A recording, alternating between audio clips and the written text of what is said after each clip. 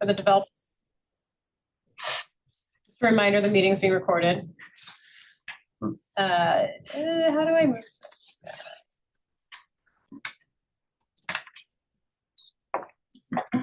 So first I'll start with some director updates just on some things that we've already talked about and we'll talk about in the future. I just want to keep everyone in the loop about what's going on.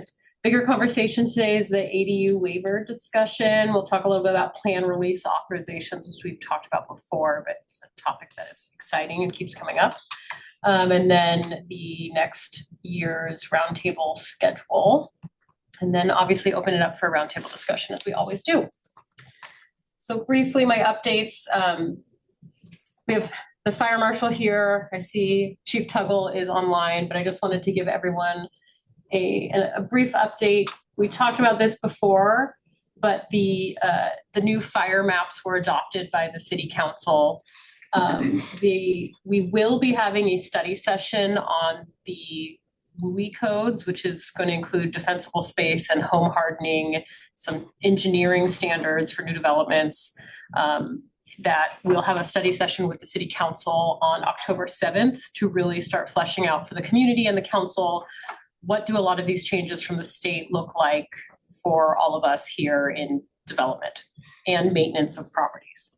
And so we talked a little bit about this before, but it says current. The old map had very few parcels in any zone in the city, and the new map, it's 60% of the parcels in one of the moderate, high, or very high zones, and 28% of the city in very high. So it's a pretty significant change from what we have been dealing with for the past decade or so.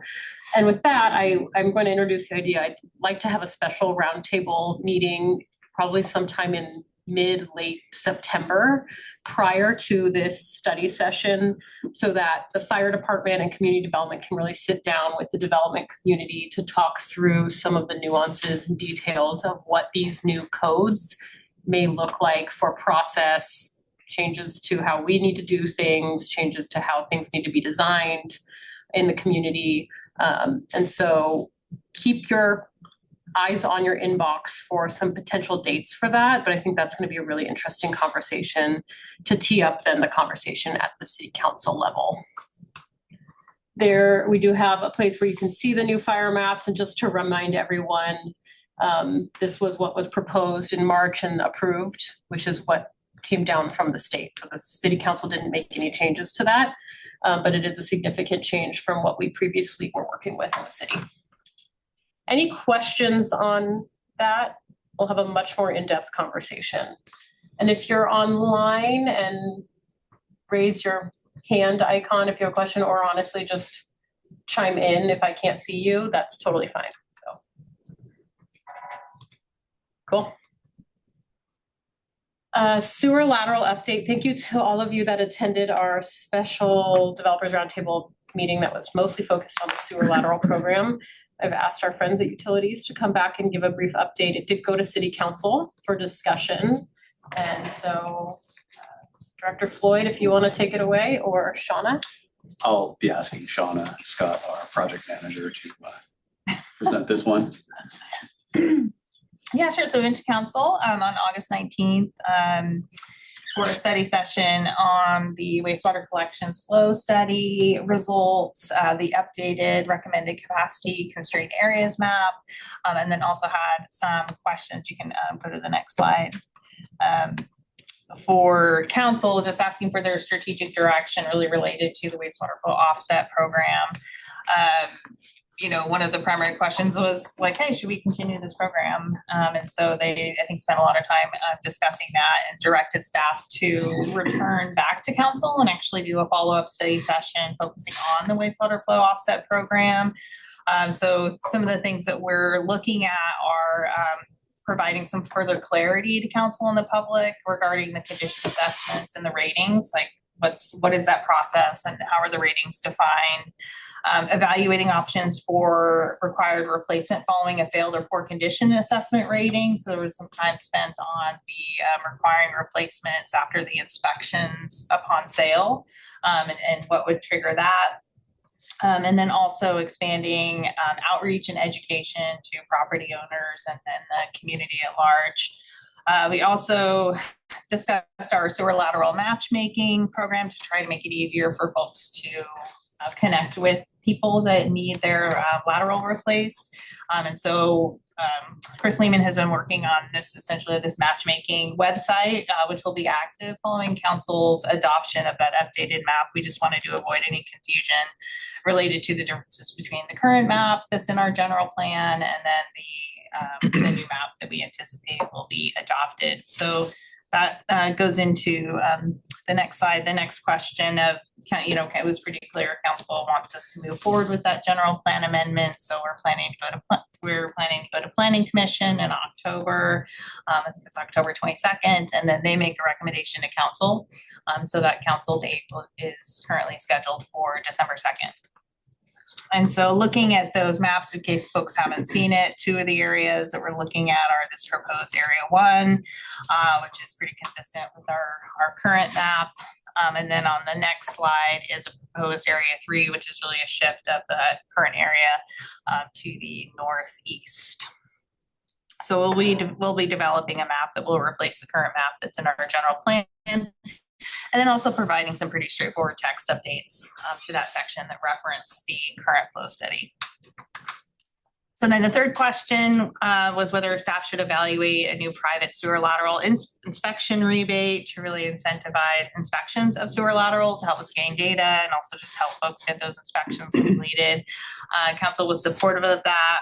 We're looking at a rebate of up to $350, which not exceeding the cost of the actual inspection, and also expanding that so it's available to residential and commercial properties within a capacity constrained area that would not be retroactive. And again, it would be one per parcel. So looking, kind of looking at those parcels, or there may be airspace, airspace parcels. So each airspace wouldn't, be able to be eligible for that. We're still tying it to the underlying parcel. And then the fourth question, should staff further evaluate expanding eligibility for private sewer lateral replacements capacity areas? And so, yes, looking at expanding that rebate to include multifamily and commercial properties. So expanding that beyond just a single family rebate, looking at a maximum $4,000 rebate. And then also we're looking into this issue further of evaluating the potential for tiered rebate amounts based on development types, single family residential versus multifamily residential versus non-residential. So tricky aspects related to that we're getting into, but we're looking into that further. So really that's kind of the high level update on that. So I don't know if there's any questions. Okay. All right, Shauna, any questions online? No? Cool. Okay, just a reminder, this is sent by our friends in the Sustainability Division, that there is a new construction electrification program that this has been, I believe, extended through next September 2026. So there's a incentive amount for new construction ADUs to be electric. So there is a link on the screen to learn more, and you can always contact Chris Reed at the city if you have any questions or want to learn more about this. The other thing we wanted to talk about is some updates to our below market rate housing maximum sales price. So we update the maximum sales price kind of guidance for our below market rate program every year because the income limits change and things like that. We did make a more substantial change this past year in order to bring our requirements in line with state law to reflect monthly payment that includes the mortgage, HOA fees, insurance, and other assumptions. So this is, again, a state law requirement. And so we have some sample sales prices at our affordable housing webpage, and they have standard assumptions for what the interest rate would be, down payment, HOA fees, and insurance. And developers can still submit their own pricing calculations to city staff with development-specific assumptions when you're ready to, if you are providing affordable units, which we often see with density bonus or inclusionary housing. And I would say, it's always best to reach out to us as early as possible. It does take a little bit of time for us to vet everything, make sure we're good. We would much rather be early talking about the potential sale of some affordable units than be trying to play catch up with understanding the importance of timeliness on your end with selling units. So just wanted to give everyone a heads up and point you in the right direction to get more information. There are kind of example spreadsheets such as this that you can take a look at, and the housing team, Teresa's here, Ethan, David Amini, they're all happy to kind of work with you if you have questions about what this looks like. I just wanted to highlight that for everyone. Any questions about that? Are you gonna update the rental affordable So- values as well? Teresa, I believe the rental updates were related to like the change in income qualification. So what's, those are, everything on our website's updated for this Okay. year for this year's Okay. average Thank you. median income. Any questions from online?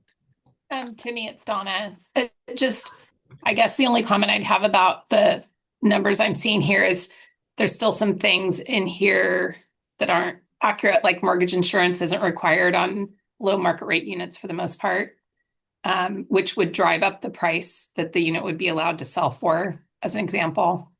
So I realize every property and every project's going to be different, and the numbers and assumptions are going to be what they are, which is going to then dictate the price. But Yeah, that's I don't know if everybody's clear that what the result of this it means is that there's not one consistent price. The price will be different in every project depending on the monthly payment dynamic.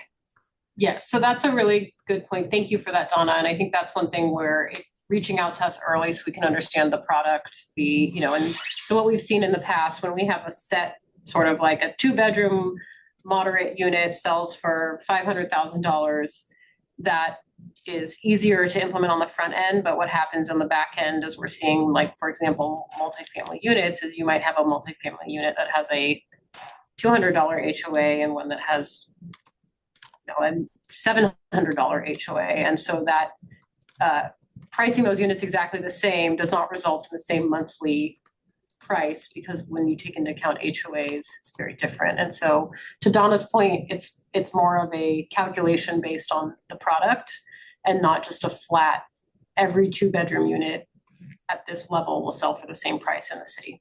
So that's why it's important to reach out to us early so we can work through the numbers and agree upon a sales price.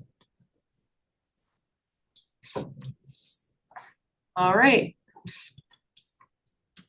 Okay, so the main discussion today is about an ADU waiver that we have developed. Some of you may have already seen this because we have started kind of encouraging people to take a look at it. And this is I think a good news item. One of the things that we are trying to do is, obviously, we want to encourage ADUs. They're an incredibly helpful way for us to provide much needed housing. It helps us reach our RENA numbers. It helps people, densify single family and multifamily lots.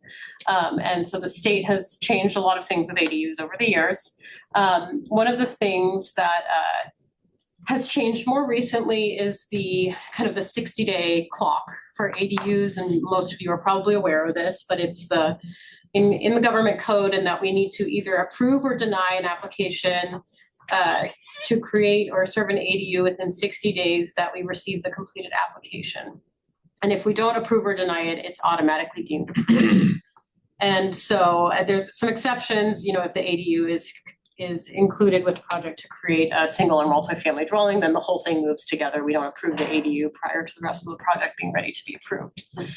This has, totally understand where this is coming from the state's standpoint, trying to get the city to move faster, to commit to a yes or no, to give complete comments. And so we are looking internally about things we can do to be better about those things. I am well aware of all of the kind of snafus that happen in the places where this isn't happening perfectly. And so we are having a lot of discussions internally about how to improve our systems in order to make this a more rational and predictable process.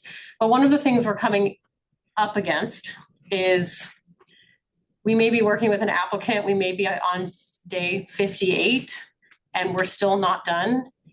And in order to not have something that is not ready to be approved, be automatically deemed approved, the city is now forced to deny that application. Which before this state law, we would have just continued to work with the applicant. We would just say, okay, let's figure these things out, or why don't you resubmit?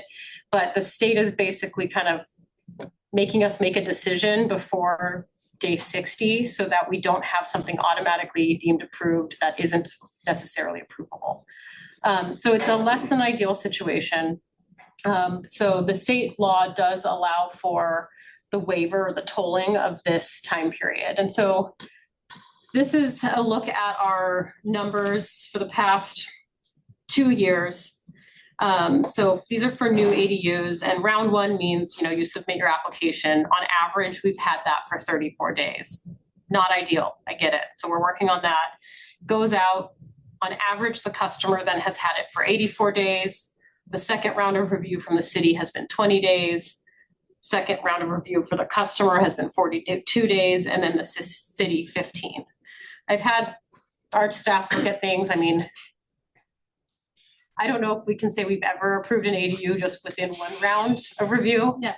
Never. So, I mean, I think we need to assume 2 rounds. I think that's an ideal situation. We do things linger and we see 3rd rounds of reviews. Our commitment that we're going to be striving toward now is that the first round of review is turned around in 2 weeks. And so that's our ideal scenario. We probably won't hit that every time, especially as we're getting this off the ground, but we're really going to start trying to